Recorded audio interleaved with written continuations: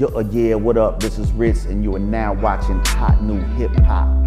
Yeah, strange music. Superstar, man, I'm far from an average show. Supernatural, stepping out looking like I'm in a fashion show. Came into this industry. Man, the hair's been growing since like '04. But I just, I don't really cut it, so it kind of stops growing. It's just a shag look. It's just crazy. Yeah, it's out of control. Bitches love it. The hair throws people off. Like, I like being fresh. I like smelling good. I like wearing jewelry. I like being, the hair make people look like I see people be like, man, this dude looks like a homeless rapper. I'm like, get the fuck out of here, motherfucker. I got jewelry on and shit, dope ass shoes. Yeah, fashion is big to me, but I keep it simple. Black t-shirt, black pants, and a dope pair of shoes. Make sure I got some jewelry on. A lot of that comes from the Atlanta culture too. It's important. That's how we grow up. We like shiny shit. White rappers always got white rapper names. And back in the day, it's like, hey, what's a cool white guy name? And my homeboy was like, what about Rittz, like the cracker? And it's like, well, Rittz is cool, but now, now that I kind of look back at it, it's like kind of funny. It's normal to me, but the name Ritz always has some classiness to it, Ritz Carlton putting on the Ritz. But it really comes from the cracker name, it's a fucking white boy rapper name, you always meet these, like everybody got a white name. It's probably a fucking saltine. When I came out with Ritz, man, it was like 30 Ritzes online. I hit them all up and was like, yo, man, y'all gotta change your name. I'm on now, like, fuck off with that shit. But yeah, man, it's just a white ass rapper name. It's cliche as a motherfucker, but it's working. There were always white rappers, from MC Serge, Vanilla Ice, who else is there? That's all I can name. That was it. No, I'm just kidding. But there were white rappers, and I'm thinking House of Pain, Beastie Boys, that's always been around. But it was always a hard thing. You're a white rapper and doing black music, and I think when Eminem came out, after the Beastie Boys era and stuff like that, and House of Pain wasn't really around anymore, when there weren't any white rappers around and Eminem came out and just took over the world, I think every white rapper had to sit back. I think Dame Dash said it a long time ago, like every white rapper had to go step their game up when he came out, because it was like, this dude's amazing rapper, period, fuck color. And it was hard to get on back then because it was him and Bubba Sparxxx after that. And there was Haystack in the South, and that was it. It was very limited. So like you had to kind of look a certain way or make a certain type of music, especially me being in Atlanta trying to make there was a formula back then. You make a radio song, take it to strip clubs and try to get a record deal or send your demo tapes out to labels. It was hard. Nowadays, it's so much easier for all cultures, no matter what nationality you're from. So I do think it's a lot easier. I still think there's a stigma about it, and there should be. It's black music. I think that if you're a white rapper, you should try to be better than the average rapper, my opinion. But there's a lot of people that aren't, that are being successful too. So I just, I'm happy that, I think that everybody that supports hip hop should be proud that it's came that far, to where it's that common for everybody to rap now. It's all good. As far as getting accepted in Atlanta, it was hard. Gwinnett County is known as the north side of Atlanta. First of all, there's a lot of rappers coming out of there. There's been a lot of people trying to come out of there for years. Me, myself being one of them. Migos are from there. They're actually getting some shine right now. I don't know those guys, but I know there's just a ton of rappers. There's a ton of talent there. So we've been trying, you always hear east side, west side, south side Atlanta. Nobody was doing the north side, except a couple homeboys that I knew was really putting on for it.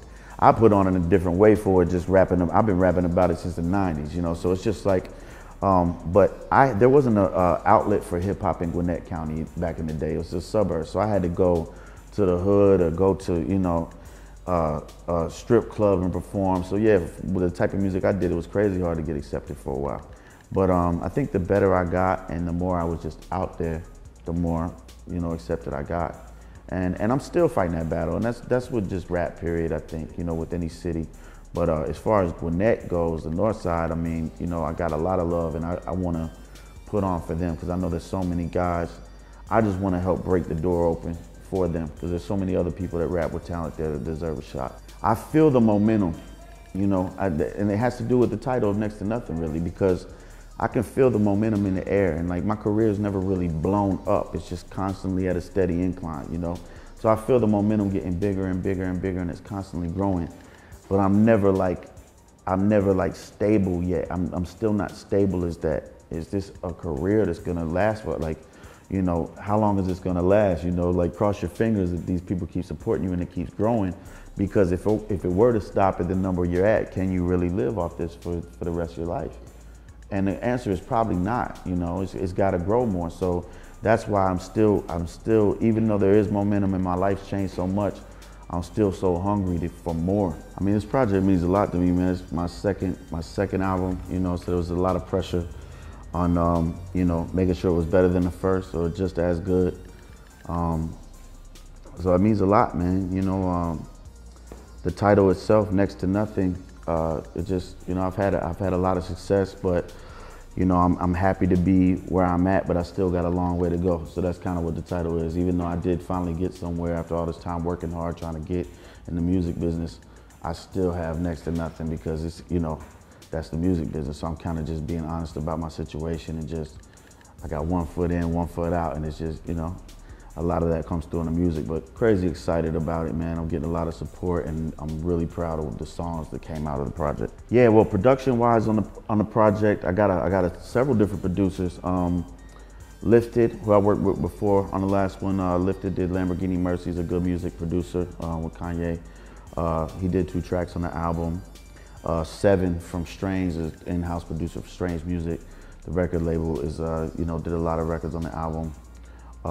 Best Kept Secret did some records. There's a lot of different producers. Matic Lee, Burn One, Corey Moe. There's a lot to name. Reckless Beats, up-and-coming female from, I believe, Ohio, kind of just sent me a beat in the email, you know, and I just liked it, and it worked out like that. But there's a lot of other producers on there. You know, I don't want to leave anybody out, but it's a nice variety. You know, I definitely switched it up a little bit with working with different people. As far as features go, I was, you know, I always like to do like features with artists that I kind of like, you know, admire growing up to, or, you know, want to do something with legends. So I got Twista on the album, which was huge for me to have Twista on there. That's probably my favorite feature just because he's influenced me so much. I got Yelawolf on there, Shawty Fat, which that's the Slamerican family. You know, Yelawolf's pretty much responsible for putting me on. Trey the Truth. Mike Posner, who I did 2 records with, and one of the records with Mike Posner, I got B.O.B. on, and B.O.B. is a hit maker, you know, so it's dope, man. I got a nice lineup of features on there, man, and it's solid, it's dope. As far as rapping fast, you know, it wasn't my main thing to do when I was younger, you know, I've been rapping for a long time. I always dabbled in it though, you know, really starting out from Twista, even back to when, dates me with the Fushnikins and like, even you know, Das Effects doing bum, stickity bum, and you know, like, but Twista was a big influence. When I heard Biggie do it with Bone and Bone Thugs as well, you know, that really showed a way that you can rap on a regular speed, and also have a couple songs on your album that switched it up. But around 2004, 2005, when the actual tempo of the record started slowing down, when Crunk came around, I didn't really feel comfortable rapping slow over those slow down South tracks. I kind of felt like I had like a T.I. flow, or like, so once I started double timing over it, it just worked, and I found my niche.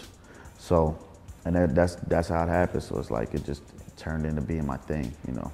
But I switched it up a little bit on this album. There's a couple records where I didn't do double time, and you know, just to show versatility, you know, and break up the monotony. But you know, that's my thing, man. I pride myself in, you know, trying to be good at it. You know, a lot of people rap fast and they don't say shit. So, you know, I try to rap fast and, you know, put a lot of content in it and make sure the syllables match and put in a lot of work like it's art, you know. As far as Tech Nine with this project, that's what's so cool about being with Strange, man. I kind of like, I get 100%, you know, I have like 100% control, damn near 100% over what I do. I wanted to actually do a record with Tech Nine for the album, but he was on tour. So we didn't really get to do one on this project. And a lot of the fans were like, yo, why no Tech feature? And it was just touring schedules happened. But so now as far as me having to run anything by him or any kind of approval or anything like that, it just doesn't work like that. Tech just called me like a few weeks ago, was like, yo, I heard the album, it's amazing, this is crazy. And he was just excited. The thing about Tech Nine is that his success and just his whole blueprint of what he did and the way he raps and the way he acts and his cool vibe. I mean, he's on the Forbes list and the dude's a nice dude, like, is a good example for me. So he's a huge influence on everything I do, even if he's not literally in the studio or on the song. I will say Yelawolf is a big influence. So if Yelawolf puts out a record that I'm hearing, you know, he put out a freestyle the other day I heard and I was like, whoa, this is dope, you know, that makes me want to go write. But Yelawolf's my friend, man, at the end of the day, you know what I'm saying? Like, he helped me out a lot of my career, but right now where it's at is that's my homie. We could go a couple months without talking and it's just like, we just talked. So, nah, he probably even hadn't heard the album yet. So, you know, I can't wait till he hears it and he'll probably hear it in about 6 months. Nah, I'm just playing. That's my boy, man, it's American, so I always represent for him. Go get my album and, give it a chance, give it a listen, man. And you know, I'm just really appreciative to be in the spot I'm in. I realize there's 1,000,000,002 billion rappers out there, and I'm lucky enough to be having an interview or even have an album out. It's amazing, man. So I'm just loving life, and thanks to everybody who supports me. Yo, yeah, Ritz, bitch. I don't know. This is another journey I'm about to take to try to finish another album. No telling when I'll finish it, you know. But my plans is for it to drop next year, but. Bro, like whatever, if she a bad bitch and she ain't need no makeup, then that's my type. All right, so the last one, East Coast or West Coast?